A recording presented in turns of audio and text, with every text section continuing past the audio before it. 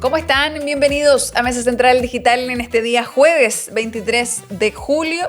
Ven las imágenes de control de tránsito, saludamos al chat que nos ve, estamos por el streaming de Tele 13 Radio, nuestro canal de YouTube.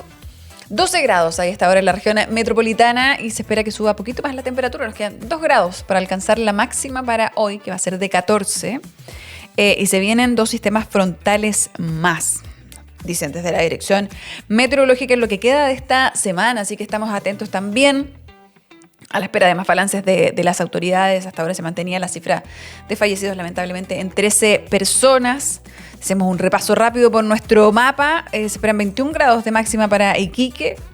En La Serena y Coquimbo máximas de 16 con cielos completamente cubiertos. Y ya en Chillán se siente ese sistema frontal, se sienten las precipitaciones por la mañana, la tarde y la noche. Van a estar con lluvia también en Concepción, 12 grados de máxima, en Puerto Montt apenas 11 y también con lluvia durante toda la jornada. Va a decantar un poquito durante la noche. En las Torres del Paine hay menos 2 grados en este momento. Esa va a ser la máxima también para la jornada con nubosidad al extremo sur del país. Revisemos de inmediato qué va a marcar la jornada de hoy. Bueno, vamos a hablar de esta última parte de la mega reforma. Se extiende, ¿no? La última parte. Bochorno, decían algunos, para el gobierno. ¿Quién tuvo la culpa? Algunos señalan al ministro de Hacienda, Jorge Quirós, que apuró mucho y tuvieron que retroceder y dejar en el Senado, dejar la votación pendiente ya para el 4 de agosto. También va a ser protagonista de la jornada, probablemente Michelle Bachelet, que la ven ahí en pantalla. La expresidenta tiene una jornada clave en la ONU. Hoy día los 6 candidatos van a estar debatiendo, así que entra también en carrera. Al tiempo en que algunos medios reportaban que había una intención por parte del presidente de los Estados Unidos, Donald Trump, de tener un propio candidato a la Secretaría General de la ONU. Decían que podía ser el hombre que estuvo a cargo del Mundial, ¿no? Que esa era su opción. Vamos a ver, Estados Unidos tiene poder de veto, pero hoy día va a estar interesante lo que ocurra en la ONU. Y les decía al inicio, quedan 2 sistemas frontales aún para el resto de esta semana.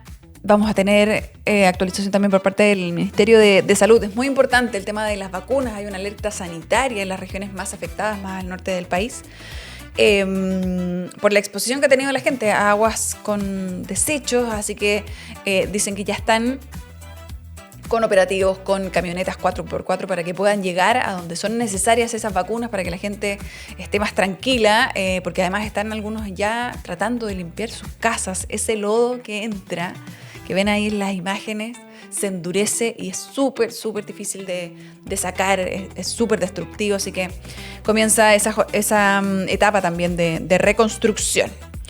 Iniciemos el programa. Hoy, un día como hoy, murió Amy Winehouse. Un día como hoy, a los 27 años, entró al club de los 27, ese fatídico club de los 27.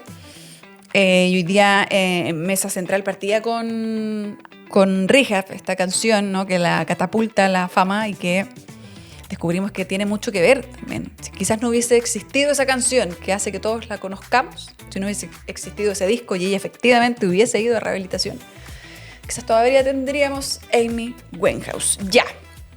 Hablemos ahora de la mega reforma. ¿El apuro del ministro fue tan determinante o no? Hoy día estuvo conversando con Iván Valenzuela y también fue parte de esa entrevista, lo había olvidado.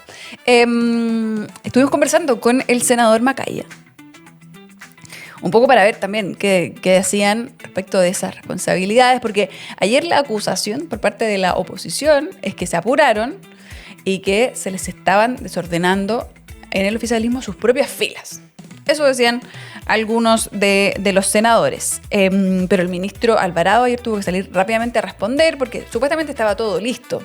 Se habían zanjado también las sesiones, había una sesión de 7 a 9 en donde se esperaba que el Senado pudiese votar este informe, ¿no? Los cambios y las modificaciones que ya se habían hecho, que habían pasado ya por la comisión mixta, etcétera. La idea era que ayer era una jornada clave, entendiendo que esta semana es más corta y que la siguiente semana distrital. Ese era el panorama. Había que sacarlo lo antes posible, porque viene también una etapa en donde va a haber un veto por parte del presidente en el proyecto de mega reforma. En paralelo también se está moviendo ya, se presentaron estos requerimientos en el Tribunal Constitucional, entonces debía sí o sí salir esta semana. Y ahí estaba esa presión por parte del gobierno y muchos dicen particularmente por parte del ministro de Hacienda. Vamos a revisar lo que decía el ministro del Interior, el biministro que tuvo que salir a responder cuando ayer se desordena todo y dicen retiramos la urgencia, la votación queda para la próxima semana. Son imprevistos que suceden y hay que asumirlos como tal y adaptarse a esa realidad y a esas circunstancias.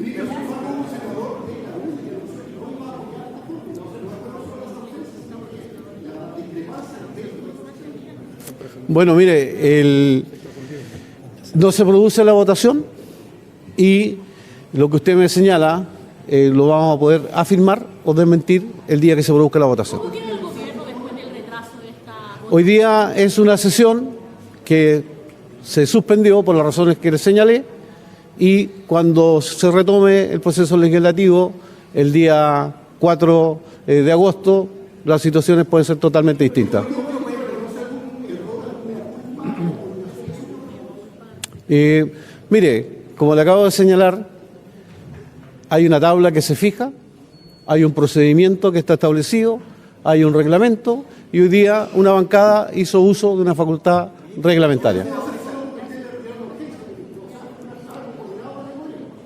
Pero obviamente, si hay un problema y hay una dificultad, si se genera una situación imprevista, como le acabo de señalar, y una bancada quiere hacer uso del derecho reglamentario, y eso pasa por una decisión del Ejecutivo, obviamente que se comparte esa decisión. Bueno, eran necesarios 26 votos. Recordemos que acá la gran totalidad de la mega reforma ya tiene ese visaje, que ya avanzó en el trámite. Eso es importante que lo sepan. Lo que quedaba pendiente era bien específico. Era sobre el punto de la exención del pago de contribuciones a los mayores de 65 años. En ese contexto, de ese punto de la mega reforma, había que ponerse de acuerdo, había que tener un mecanismo para compensar el Fondo Común Municipal y para compensar también lo que dejan de percibir los municipios por esa exención del cobro de las contribuciones. Ese era el punto de discusión. Eso fue lo que no se visó, que no visó la Cámara en las modificaciones que también se hizo en el Senado y por eso fueron a la comisión mixta, por ese punto en particular, y eso es lo que había que votar ayer. Necesitaban 26 votos, tenían 25 porque en medio de esta discusión que ven ahí en pantalla se retira un parlamentario, Enrique Van Rysselberghe, si no me equivoco, es quien se retira. Entonces quedan con 25, pero además ha trascendido, Iván decía en la mañana que le estaban escribiendo, que le decían que, por ejemplo, Vanessa Kaiser votaba en contra. Otros decían que estaba en duda su voto. Entonces empiezan a haber ciertos descuelgues, ciertas dudas en algunos parlamentarios. Entonces de ahí viene que por parte del gobierno dicen esto tiene simplemente que ver con que él tuvo una emergencia, el senador Van Rysselberghe, y tuvo que irse.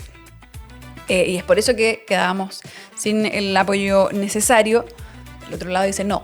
Acá habían cosas que hacían ruido en el fondo, en lo que se estaba votando, incluso a parlamentarios del oficialismo. Vamos a revisar la respuesta que da hoy día el senador Macaya a propósito de esto. Solamente quedaba saber, bueno, ¿se devuelven recursos a los municipios, sí o no? La oposición ayer dijo que no estaban disponibles ayer. Yo espero que recapaciten y que a la vuelta de la semana regional, que es la próxima, este tema sea votado casi sin discusión, casi debiera ser de fácil despacho, considerando que fue un punto muy fuertemente levantado por ellos. Yo creo que, bueno, esto es lo más parecido a la política, pues, Iván. Es parte... Así parecía durante el día. Ahora, dicho eso, procedimentalmente, hay quien dice que fue el ministro Quiroga el que se apuró, hay quien responsabiliza a la presidenta del Senado que se apuró, hay quien lo responsabiliza a usted que presidía la mixta. ¿De quién es la responsabilidad de haber apurado esto sin que estuvieran seguros los votos en el Senado?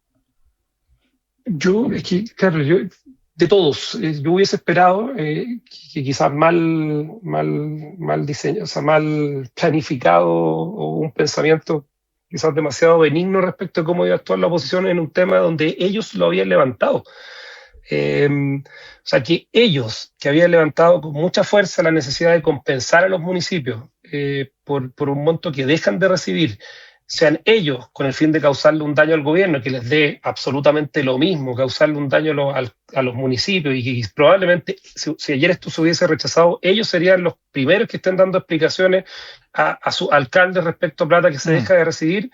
Bueno, mejor no pasar ese bochorno, fíjate, porque al final yo creo que la gente... Bueno, ahí estaba entonces. Ahora, lo que dicen también desde el otro lado es que acá había consenso, efectivamente, con que había que compensar. Y eso lo dijeron los alcaldes de todos los sectores. Fue transversal en algún momento, en donde decían no solo lo del fondo municipal es lo que hay que compensar, lo que aporta cada municipio a ese fondo común, en donde los municipios con menos recursos van y sacan recursos para cubrir necesidades, ¿no? También hay que compensar lo que se deja de percibir. Por ejemplo, en algún momento el alcalde Belolio en Mesa Central dijo: yo dejaría de percibir más de 6.000 millones de pesos. Eso implica que, por ejemplo, tenga que evaluar pasar a colegios, al SLEP, o sea, implica decisiones importantes. Es mucho el dinero que dejamos de recaudar. O sea, hay un consenso en que había que compensar. El punto que hacen unos alcaldes de oposición es que la manera en que queda en el proyecto esa manera de compensar no corresponde. ¿Por qué? Porque dicen, por ejemplo, en la comuna de Las Condes hay que compensarle por el no pago de contribuciones 13.000 millones de pesos, entendiendo el tipo de vivienda, etc. 13.000 millones de pesos versus un municipio como Quinta Normal, donde está la alcaldesa Delfino, que tienen que compensarle 50 millones de pesos. Es harta la diferencia. Y la metodología que propone el proyecto, como está, es que esto se haga a través de los impuestos que pagamos todos.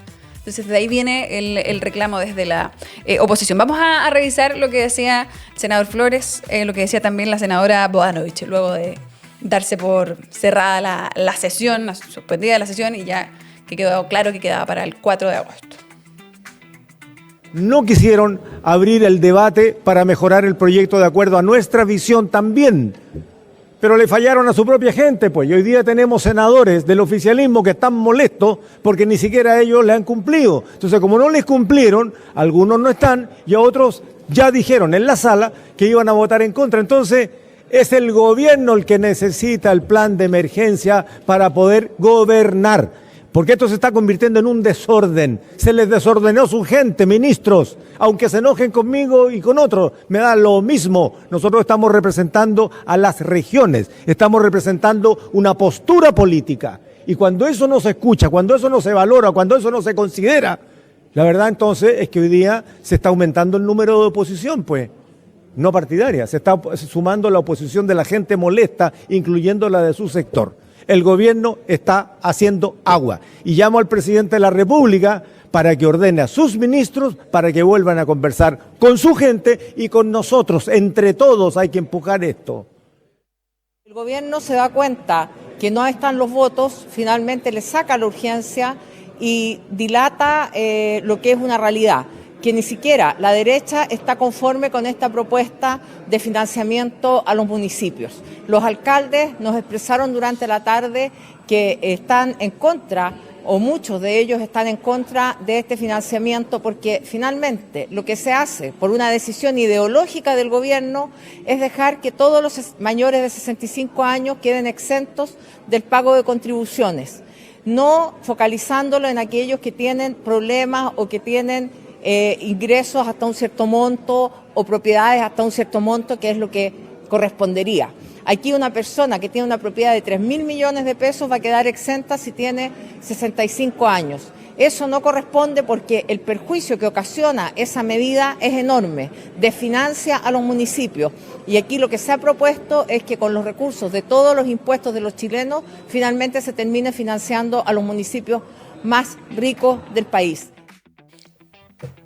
Ahora la pregunta es, ¿en dónde se enredó también esto? ¿En dónde dejaron de estar de acuerdo los alcaldes? Porque recordemos que tiempo atrás era transversal el reclamo. Alcaldes de derecha y de izquierda decían, acá tenemos un problema. Esta idea no es quizás tan buena, porque es mucho el golpe que van a tener nuestros presupuestos municipales. Pero por la otra parte, efectivamente, muchos decían, atendemos también el reclamo y el problema que genera el pago de las contribuciones, sobre todo para las personas mayores. Y en algún punto estaban todos de acuerdo en que había que buscar un mejor mecanismo.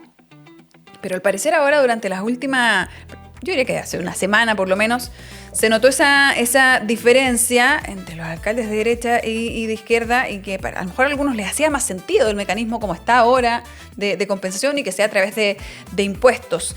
Hace un ratito hablaba la alcaldesa Ripamonti, la alcaldesa de Viña del Mar, en la tercera, y decía que acá había cierta presión, que al parecer habían alcaldes que habían cedido a presión, y señala acá como a los mismos partidos políticos.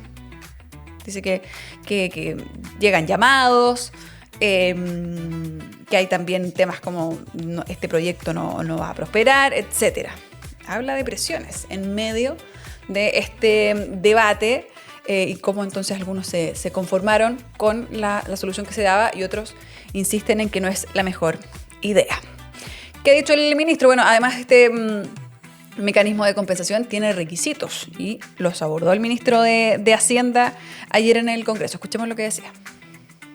Bueno, esto sale de rentas generales de la Nación, es un incremento más bien bajo respecto de lo que había originalmente. Recordemos que el proyecto ya había 110 millones de dólares aproximadamente para el Fondo Municipal. Esto sube en 80 millones de dólares más. ¿Cuánto es el gasto total entonces para la compensación de los municipios? Parte de 190 millones de dólares en total. ¿Viene del Tesoro Público entonces? Rentas nacionales, sí. Rentas generales de la Nación. Eso Hay que preguntarle también por el tema de la agilización de los permisos. ¿Qué pasa con los municipios que ya tienen los permisos más ágiles para tener que igual aumentar un 30% de esa agilización para poder optar a este beneficio? Nuestra percepción, cuando un permiso, supongamos que es muy poco ágil, son 100 días, 30% son 30 días menos. Supongamos que es súper ágil, son 5 días, bueno, es menos de un día más, o sea, todos pueden hacer el esfuerzo del 30%. Ministro, para que quede claro, eso, lo del Tesoro Público, entonces tiene que ver también con impuestos que pagamos todos, que se van a compensar. Bueno, como todas las rentas generales, recordemos que hoy día hay renta general de Nación que financia muchas cosas, y esto va a ser una más. Con la diferencia que acá son las contribuciones de personas que en general tienen mayores viviendas, que son viviendas más grandes, es decir, que en general tienen mayores recursos. Eso es lo que vamos a tener que compensar. No es así porque se recordará que muchos municipios vinieron a pedir esto, y no solo las comunas más ricas, porque señalaron que también en sus comunas había efectos en las contribuciones, y por algo el tema de las contribuciones es un tema nacional. Bueno, vamos a ver en qué queda ese debate. Si durante esta semana, la próxima digital, van a ir a revisar también cada uno de los parlamentarios, sobre todo los que son de las zonas afectadas, que van a querer estar en terreno. Pero vamos a ver qué queda esta conversación. Si hay espacio para algo, porque lo que decía hoy día el senador Macaya es que está todo zanjado y que la próxima semana solo hay que votar sobre lo que ya está conversado. No hay espacio para cambios.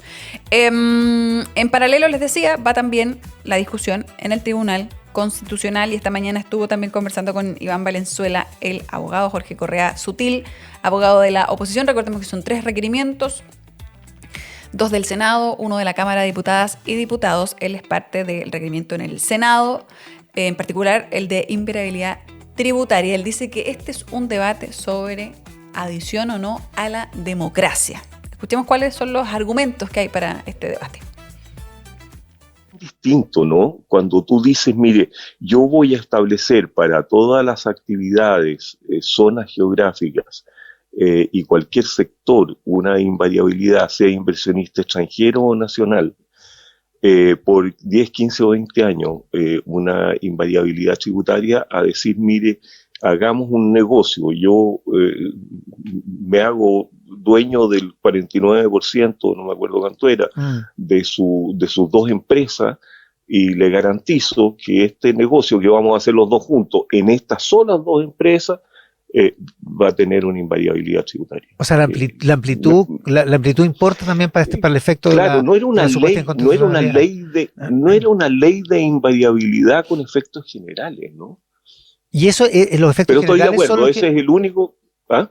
Perdón, es el único precedente democrático que uno podría levantar, me parece a mí, el de la nacionalización. Siguiendo su argumento, los efectos generales son los que marcarían este viso de inconstitucionalidad, digamos. Esta idea de que va contra la democracia. Esto es contrario a la democracia. Ahora, que se haya hecho una vez y con esas características, no me parece que le dé un pedigrí democrático, que uno diga, mire, es habitual en la democracia chilena o en las democracias del mundo establecer invariabilidades tributarias. Bueno, debate de la mega reforma y ahora cortito vamos a hablar de un tema policial porque en medio también del sistema frontal lo conversábamos hace unos días, ¿no? Carabineros recibió 2 ataques, uno el viernes pasado en la comuna de Lo Espejo, ese sujeto que ven ahí en pantalla baleó a 2 carabineros para evitar un control, para evitar acción ahí de carabineros. Es joven, 20 años, Benjamín Aedo, conocido como el Panda. Dicen que arrancó por varias comunas y que el trabajo que tuvo que hacer aquí la policía, el dar con su paradero, incluyó carabineros, la PDI y los equipos investigativos de ambas instituciones. Dicen que fueron ahí a seguir la pista también de quienes lo cubren. Una de las imágenes ahí que logran captar del día en que ocurre este hecho, ¿no? En que balea a los carabineros, permite ver parte de su rostro y es ahí donde se identifica y comienzan con su búsqueda, que duró varios días, pero pudieron dar con su paradero. Ayer se refirió al respecto el ministro también de Seguridad Pública. Y durante esta mañana está en control de detención. Va a ser formalizado por 2 homicidios frustrados en contra de carabineros. Así que estamos a la espera también de lo que ocurra con el Panda. 11:31, saludemos a nuestros auspiciadores. En el mundo inmobiliario, elegir bien hace la diferencia. Por eso en IRC innovamos para crear mejores espacios, respaldamos cada proyecto con experiencia y construimos relaciones basadas en la confianza. IRC, innovación, respaldo y confianza.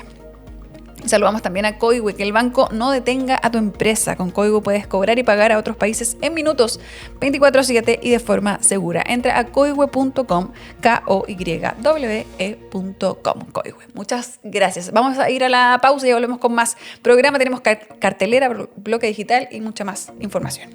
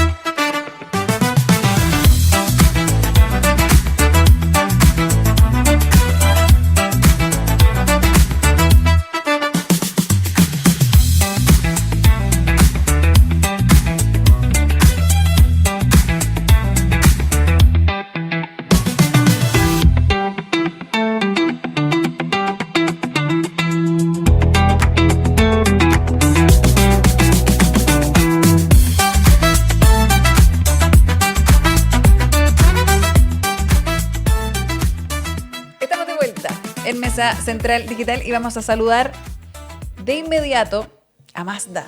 Diseñado para adaptarse a cada viaje, eleva tus viajes con Mazda CX-5, el SUV más vendido de la marca. Con motorizaciones 2.0, 2.5 y 2.5 turbo, transmisión automática y tecnologías de seguridad. Actívense para disfrutar cada recorrido. Mazda CX-5, diseñado para adaptarse a cada viaje. Muchas gracias por estar con nosotros. 11:39 y tenemos bloque digital con Dani Jansson. ¿Cómo estás, Dani? Hola, Cotabín, ¿y tú? Muy bien. Qué bueno. Aquí expectante de qué tenemos hoy, qué está marcando en Mira, redes. Un tema que ha estado de manera transversal en medios digitales, medios tradicionales también. Hablo de los 3 rescatados en el Cajón del Maipo, que fueron rescatados este miércoles. 6 noches pasaron aislados en la cordillera 3 jóvenes, un hombre y 2 mujeres, que pensaron que era buena idea pasar de una disco a unas termas. Contexto de que ya había comenzado más o menos el sistema frontal. Exacto. O sea, ya había advertencias de que no había que ir a las zonas altas. Mira, esto se dijo el miércoles 15. Ya se había terminado establecer el cierre preventivo de la ruta G25 en San Gabriel, que es donde están estas termas. O sea, ya estaban anunciados este sistema frontal. Hablo de Martina Núñez, de 22 años, Magdalena Retamal, 31, y Manuel Orellana, este sujeto en cuestión, quizá una de las personas más nombradas este miércoles, que lo apodan el Tino. Hay muchas versiones opuestas, pero vamos a hablar de los hechos, de lo que sabemos, que podemos confirmar. Estas 3 personas ingresaron en la ruta, subieron las termas, porque hubo un seguimiento de las cámaras de seguridad, ¿ya? Ah, claro, imágenes de ahí como del auto, Exacto. del recorrido del auto. Exacto. Y como calculó la tercera, desde la disco en Peñalolén hasta las termas del Valle de Colina en San José de Maipo hay unos 115 kilómetros. O sea, no es que queda al lado, no es como que haya sido un arrebato, quizás como adherido, porque eran cerca de 2 horas y media o 3 horas de manejo. Todo depende de las condiciones climáticas. Pésima idea. Entonces tuvieron tiempo para poder reflexionar en esas 2 horas y media. 2 horas y media no de dijeron, trayecto. quizás deberíamos devolvernos. Pero Exacto. Entonces el 15 ya se había establecido el cierre de la carretera y ellos en la madrugada del 16 de julio decidieron emprender este vuelo. O sea, este viaje. Ellos, al encontrarse con la ruta que estaba con problemas, que no pudieron acceder a estas termas, fueron a un refugio que también el dueño ha dado mucha entrevista a la televisión, en radio, en prensa escrita, que dice que él tiene este refugio porque sabe que las condiciones climáticas son muy fuertes en diferentes momentos del año, entonces él siempre mantiene con alimentos, con sábanas. Menos mal sí. que existía este lugar. Exacto. Porque si no, exacto, porque esto puede haber terminado en una tragedia porque el auto en el que iban no era 4x4. Entonces también lo que dicen es que los cercanos a esta persona apodada del Tino es que su familia es del Cajón del Maipo. Entonces él ya conocía la ruta, ya conocía este refugio. Incluso su esposa había dijo en varias entrevistas que ellos ya habían asistido a este lugar, pero a carretear, a estar de fiesta, no acudir a ese lugar como una forma de buscar auxilio, de poder pasar el mal clima. Él tenía conocimiento de ese lugar para esparcimiento y entretención. Exacto. Incluso se filtró un video que grabaron después de que ellos 3 fueron rescatados, que primero fue rescatado él, luego las 2 mujeres. Y habían botellas de vino, latas de cerveza, las camas deshechas. O sea, ni siquiera tampoco cuidaron muy bien dónde se hospedaron estos 6 días. Al no tener noticias de ellos, las familias de las mujeres reportaron la desaparición ante la Policía de Investigaciones y se activó la búsqueda en coordinación con la Fiscalía Oriente.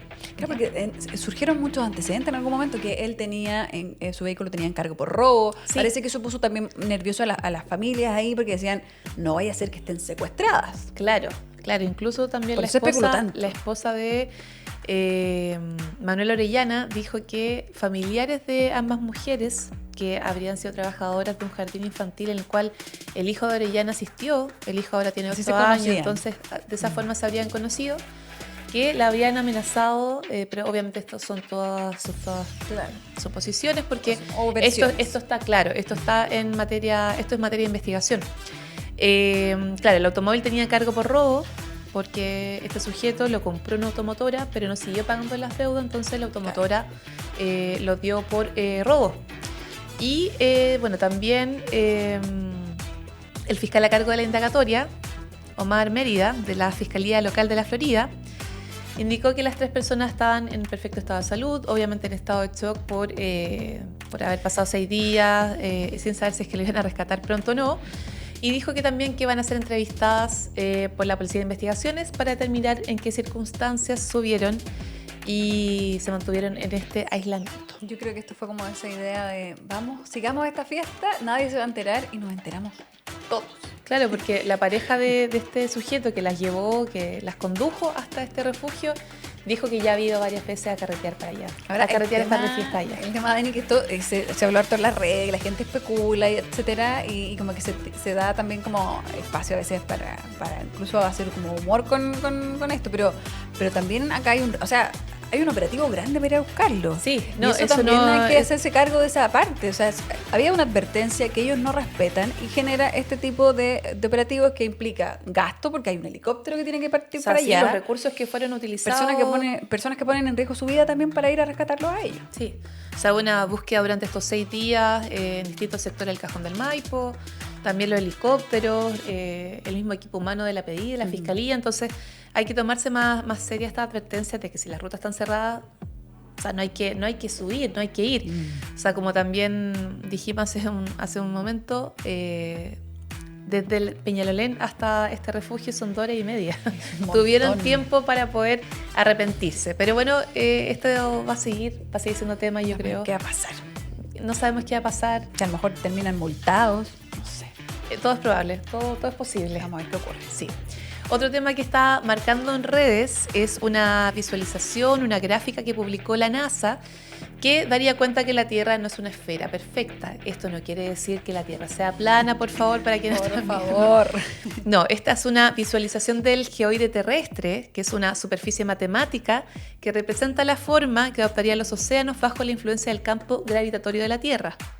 Esto sin considerar las mareas, las corrientes ni otros efectos temporales, como se ve ahí en las imágenes. Ahí está la gráfica. Así es. Claro, sí. Uno escucha la Tierra no es redonda y al tiro aparecen, me imagino, los terraplanistas diciendo, ven, yo les dije. Pero no, ahí está. Es que no es perfecto. Igual era un poco evidente que no podía ser perfecto. Sí, claro. O sea, si alguien pensó eso.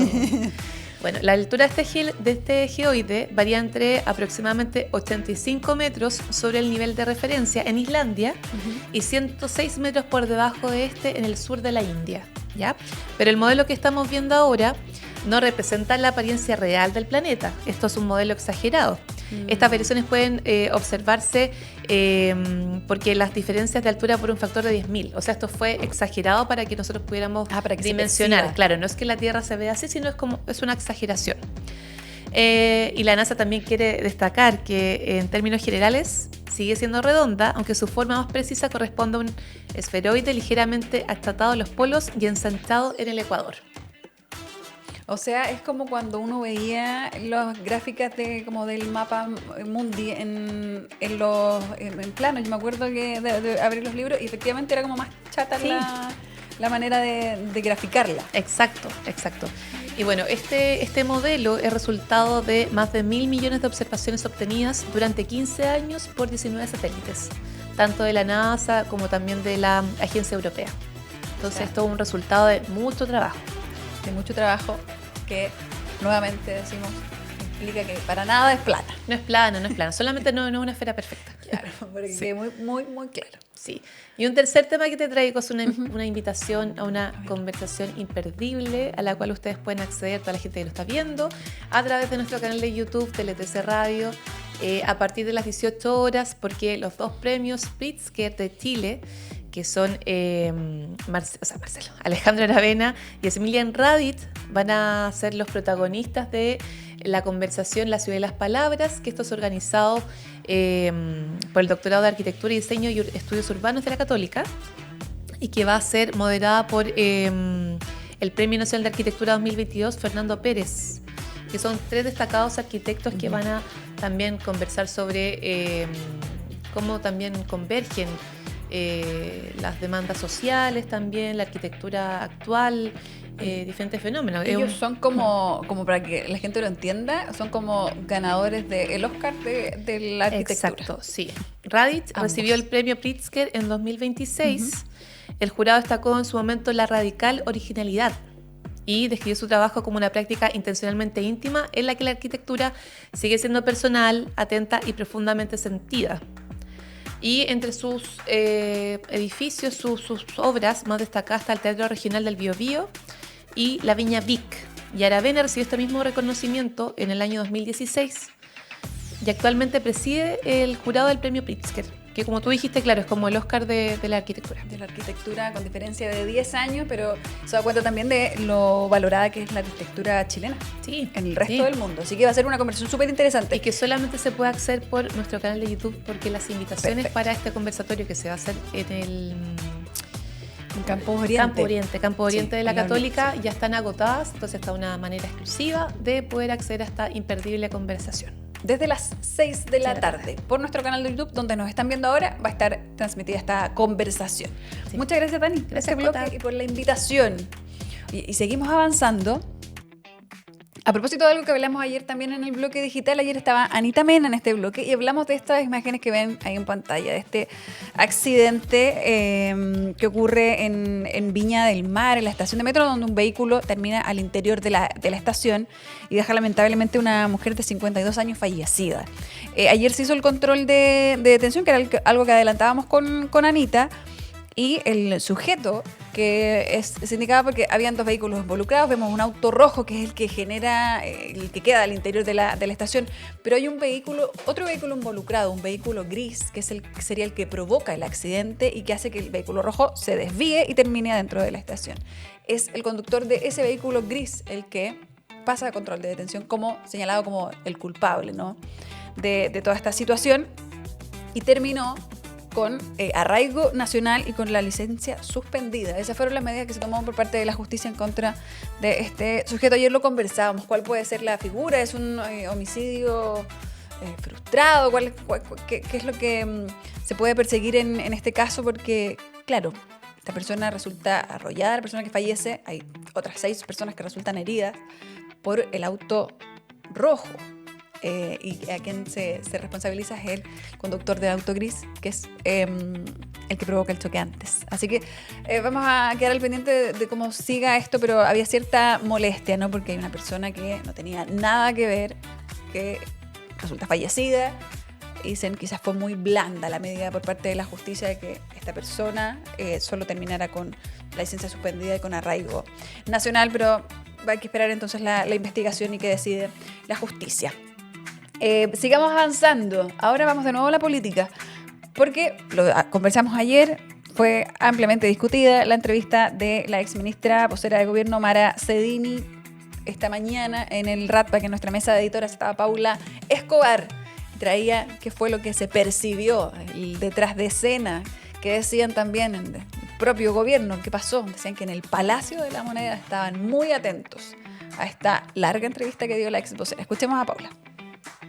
En off, lo que a uno pudo reportear ayer en el Palacio y en el Congreso, en el oficialismo, yo digo que no le quedan amigos, porque nadie la reconocía ni en on ni en off. O sea, las amistades o la gente que antes uno la veía cerca de ella, ahora nadie, o sea, todos en el fondo están en plano, la mayoría, por lo menos las personas con que hablé, de que fue un mal nombramiento y que esto era como un costo hundido de un nombramiento malo. Claro. El error no está en la entrevista de antenoche. Sino que comenzó mucho antes. En el nombramiento. Claro. Y el ministro que dijo que era cobarde no apareció ayer a defenderla, si es que porque nadie salió ayer a defenderla tampoco, ¿ya? Y la bajada fue, no hemos visto la entrevista, o estamos dedicados a la emergencia climática por las lluvias, sin comentario. Cristian Valenzuela, ex panelista de Tele 13 Radio, muchos sin comentario de vuelta a muchos periodistas preguntándole, sin comentario. Y el plan es hundirlo rápido. Segundo, levantar que ella no respetó código alguno, acusarla de desleal. Es la palabra como que se repite más, ¿no? De que hay códigos, que los ministros no hacen esto. Si bien hay ministros que han salido y que han dicho cosas, esto yo diría... Pero esto, claro, este nivel es como inédito, ¿ya? O sea, ha habido ministros que han salido molestos y han dicho después, comillas, su verdad, cierre de comillas, pero esta verdad manera, tan larga no. Claro, tan profunda. Claro, nunca desclasificando. Claro, sí. Como, cosas. Claro, sí, o sea, más que sin filtro fue como con ventilador, yo diría, ¿ya? Claro. Y la tercera bajada, entonces fue como hacer el foco, la que perdió fue ella, esto la deja muy mal a ella, esto quemó naves con todo el mundo político, esto no se hace, etcétera. Igual uno se pregunta eso. Claro. Que gana ella con esta entrevista, claro. Exacto. Mirando hacia adelante, sobre todo. La tercera bajada fue tratar de mostrar la parte parafernálica de todo esto. O sea, que ella en el fondo no hizo ninguna autocrítica, que eligió un formato más asociado a la farándula que a la política para hacer este descargo. El RAT también estaba Paula Comandari hoy, así que lo pueden revisar en nuestro canal de YouTube y en nuestro sitio web teltercerradio.cl. Saludamos a más de nuestros auspiciadores. Son las 11:54. Vamos a hablar de la Fundación Educacional Carolina Labra Riquelme. Fundación Educacional Carolina Labra Riquelme lidera el desarrollo de la pedagogía hospitalaria en Chile, garantizando el derecho a la educación de niños, niñas y adolescentes en situación de enfermedad mediante respuestas educativas de excelencia, inclusión, innovación y compromiso permanente. Y también saludamos a las termas de Jagüel. Haz que la próxima reunión de tu empresa marque la diferencia. Solo 90 minutos de Santiago. Termas de Jagüel reúne naturaleza, infraestructura de primer nivel y gastronomía de excelencia para reuniones corporativas.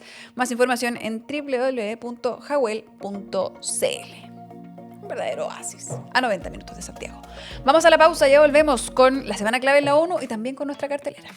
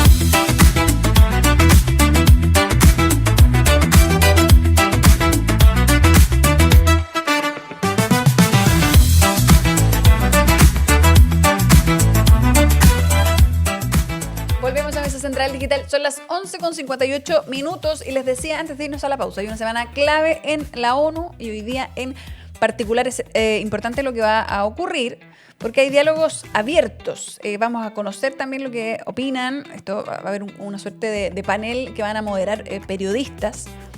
Va a ser a partir de las 5 de la tarde en hora chilena. Se llama Diálogo Abierto de la ONU, el próximo secretario general. Lo interesante de esto es que, claro, hay procesos que son más privados en la larga candidatura que han emprendido los 6 candidatos. Esto va a ser abierto, así que lo pueden revisar. Va a estar disponible además en el sitio de la ONU para que la gente lo pueda revisar. En su página oficial van a transmitir toda esta sesión y vamos a poder escuchar entonces las miradas de los 6 candidatos. Ahora, es interesante, porque recordemos que la expresidenta va con el apoyo de Brasil y México, no el de Chile, pero también se ha hablado, el New York Post, sí, informó que Donald Trump estaría tratando de impulsar un nuevo candidato, un 7º candidato que sería el presidente de la FIFA, Gianni Infantino, que los vimos juntos durante todo el proceso del Mundial. Es algo que afirman al menos en Estados Unidos. Ahora, no sé qué tan posible es cuando ya han avanzado en el proceso los 6 candidatos y han pasado también por otras instancias clave. Pero, ¿se abriría ahí esa posibilidad o no? Es algo que hay que, de lo que estar al pendiente. Recordemos que además es bien relevante.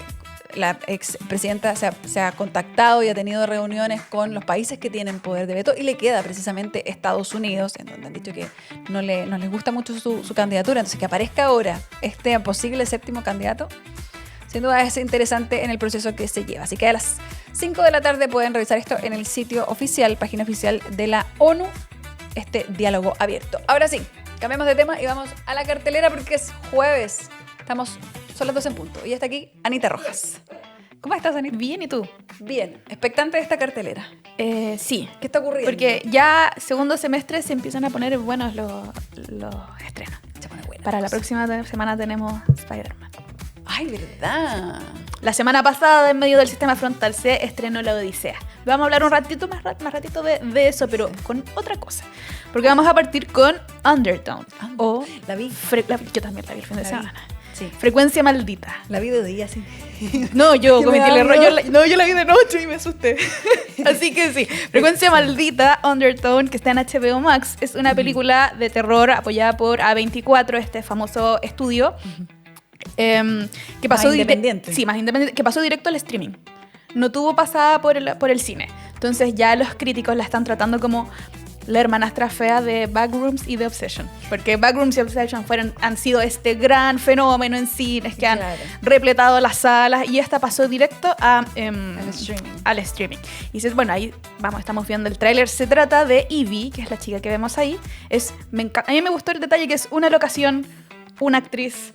Sí, es y nada más que acompañada del sonido, porque ella graba un podcast, así que yo creo que acá nos llega de cerca. De hecho, hay una voz que es muy protagonista, que es el amigo y que no tenemos idea, nunca le vemos la cara. Sí. Claro.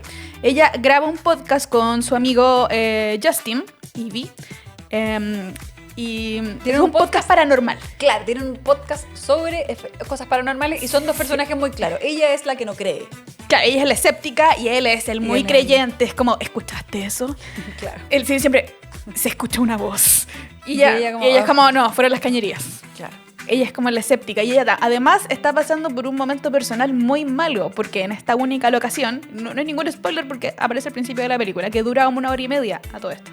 Ah, mira. Es muy buena. Es muy corta. corto. Sí, a mí igual se me hizo que los últimos 15 minutos estaba así. Sí, no, sí está. Ella tiene que volver a su casa de infancia a cuidar a su madre que está en sus últimos días. Entonces hablan mucho como de los últimos respiros del estertor de la muerte. Entonces tiene mucho como que ver con el sonido. Claro. De cuando ella va a escuchar esa respiración de su madre, que quiere decir que ya se le está yendo. Y tiene un tema también, entendiendo que es un podcast de el audio es súper protagonista de la película. Sí. Hay momentos en que utilizan ciertos recursos como el repetir una palabra y que hasta a uno se le vuelve como... las canciones dadas vueltas. Yo creo que más que terror en sí, tiene que ver también con eso, con esa molestia que genera en esos sonidos. Sí. Y bueno, la película, lo que se trata, estos 2 amigos reciben 10 grabaciones. Claro. misteriosas. ¿De dónde salieron esas grabaciones? Nadie sabe. Les llegan y las empiezan a escuchar y a reaccionar a través de a estas grabaciones a través del capítulo que están grabando. Y bueno, como les decía, los últimos 15 minutos a mí igual me parecieron bastante perturbadores. Sí, lo son. Sí. Yo la vi de día, insisto, porque yo creo que yo me asusté. No me hubiese atrevido a verla. Y eso como que no... Dije, ya, veamos. Sí, está interesante, sí. Undertone. Otra cosita que también, que llega mañana a HBO Max, es Euforia, una mirada al pasado, que es un documental que sorpresivamente anunciaron la semana pasada sobre la realización de Euforia, que sabemos y hemos comentado acá, terminó su carrera Euforia con estas 3 temporadas y llega sorpresivamente, especialmente luego de lo polémica que fue esta última temporada. Es que eso te iba a decir, a mí me sorprende que quieran hacer un documental y mostrar el detrás de cámara cuando se especulaba mucho de la mala relación que existe en el cast y por los actores, claro, pero también que había como una suerte de enojo de los mismos actores en cómo terminaron sus personajes y que también lo vimos un poquito en las alfombras rojas de estreno, por ejemplo, que Zendaya pasaba, nunca se sacó fotos con nadie. Sí, como que Zendaya que siempre como que ella juega un montón con su prensa y con sus equipos. Aquí posó un par de fotos, chao, y no nada la vieron más. Entonces como que Zendaya y se fue. Sí. No, sí, y bueno, decían que muchos no entienden la salida de algunos personajes. Esta también es una serie marcada muy por la muerte. Y pues, sí, y también, aparte, bueno, no solo Zendaya, sino también todas las polémicas que precedieron a Sydney Sweeney, que también llegaba con todo este prejuicio, con todo el backlash que había tenido por los comerciales que había hecho el año pasado. Claro. Entonces, bueno, eso se estrena mañana en HBO, tras de cámaras prometen escenas nunca antes vistas, prometen material extra, ¿qué más? Nuevas imágenes inéditas del detrás de cámara. ¿Qué pasa? ¿En qué momento se pelearon? Y en qué momento, claro, pierde un poco el rumbo, porque muchos dicen la diferencia entre la primera temporada de Euforia y la última es abismal. Bueno, interesante. Y otra cosita que también está en streaming, me dediqué solo al streaming, pero esto tiene que ver más con la nostalgia. Porque buscando cositas que ver, buscando qué traer, me di cuenta que en las plataformas había 2 películas antiguas, o sea, no antiguas, con sus años ya, con sus añitos, que están en las más vistas. La primera es la que vemos ahí, Troya. Bueno, a propósito de, yo les decía más al principio, a propósito del estreno de La Odisea. Entonces la gente está revisitando la película de 2004, protagonizada por Eric Bana y por Brad Pitt y Orlando Bloom. Que dicen que es mala. Es pésima. Es muy mala. Pero dicen que, claro, que es muy, muy mala. Se lo hubiesen dado a Nolan. Entonces la gente la está, como te decía, revisitando para uno comparar. Bueno, pasa mucho también. La gente quiere hacer la comparación de los personajes, de ay, mira, en tal película pusieron a esta mujer que es como hegemónicamente muy linda. Claro. Entonces quieren hacer esa comparación como si Troya tuviese algún rigor histórico. No lo tiene. No tiene ninguno. No lo tiene, chicos. Y eso en el contexto de La Odisea. Así es, de Christopher Nolan, que sigue... Mira, no hay entrada para el IMAX, no hay entrada hasta agosto. ¿Qué? Lo intenté, te juro que lo intenté.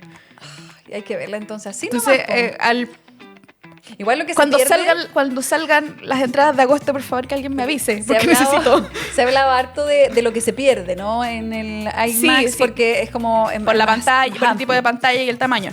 Pero igual decían que tampoco es como que se van a perder, que hay algo en la parte de arriba de la pantalla que quede fuera. O sea, lo que se pierden es un plano más amplio y muchas veces, claro, hay escenas muy bonitas del mar, etcétera, pero simplemente se va a cortar un poco eso, pero no es que se pierdan algo trascendental o que la gente hacía memes como que no se va a ver el casco del soldado completo. Claro, pero bueno, es un detalle. Bueno, y otra que me di cuenta que también está dentro, quizás no de las primeras, pero está como dentro de las 10 más vistas, es la que vemos ahí, Jurassic Park. Un clásico de 1993. ¿Tú naciste en 93? ¿Tiene tu edad? Sí. A propósito de la lamentable muerte de Sam Neill, el doctor Alan Grant. Que había sido parte también de las películas. De las nuevas también, sí. Bueno, entonces la gente también está con este arranque de nostalgia yendo a ver lo importante que fue el personaje de Sam Neill es importantísimo en la película. Y de hecho quería destacar que varios actores, bueno, el mismo Jeff Goldblum, Laura Dern, que fueron sus coprotagonistas, lo recordaron con pues, unos posteos muy bonitos. Laura Dern posteó un video de ellos tres cantando Blackbird de los Beatles, como en un reencuentro que tuvieron sobre la película. Pero a mí el que quería destacar es el mensaje de Ariana Richards, que es la niñita, la rubiecita, que uno sabe, después de ver Jurassic Park, uno sabe que están los dos niños, pero compenetrados con el personaje de Sam Neill. Entonces, como que... Entonces, Ariana Richards, que ahora tiene 43 años, compartió, dijo, fuiste mucho más que un actor encantador con quien trabajar, fuiste un mentor, un protector y sobre todo un amigo. Muy, muy lindo. Así que a propósito de una triste noticia, podemos volver a ver una película buenísima. Bueno, eso es lo como bonito es Jurassic también, Park. que tiene el arte, y en este caso las películas, que la obra queda para siempre. Así Para que siempre. Y del se 93, y es como si puede no volver tuviera a verse. tantos años. Oye, y entiendo que hay un estreno póstumo que va a salir más adelante, porque él estaba trabajando. Él era un Sí, actor muy activo. Vienen dos películas más de Sam Neill que van a ser estrenos póstumos. Así que para prepararse y para poder tener la oportunidad de volver a verlo. Para revisar entonces, tenemos panorama para los próximos Así días. es. Y subamos, por supuesto, a esa cartelera los conciertos que vienen este fin de semana. Mañana, Rosalía. Mañana parten el primero de 4 conciertos. Así que tenemos ahí música y series para revisar. 12:10 nos vamos. Se nos acaba el programa, Anita Rojas. Ahí tienen nuestras redes. Al otro lado. Ahí, no, acá. Tú para el otro lado. Tienen nuestras redes. Nos pueden buscar ahí. Está todo actualizado lo que va ocurriendo. Y en nuestro canal de YouTube, donde nos ven ahora, quedan también las conversaciones más relevantes durante la mañana y el resto del día. Tele13radio.cl, nuestro sitio web. Nos vemos mañana desde las 11 aquí en el streaming. Que tengan un excelente resto de jornada. Chao. Chao, Anita.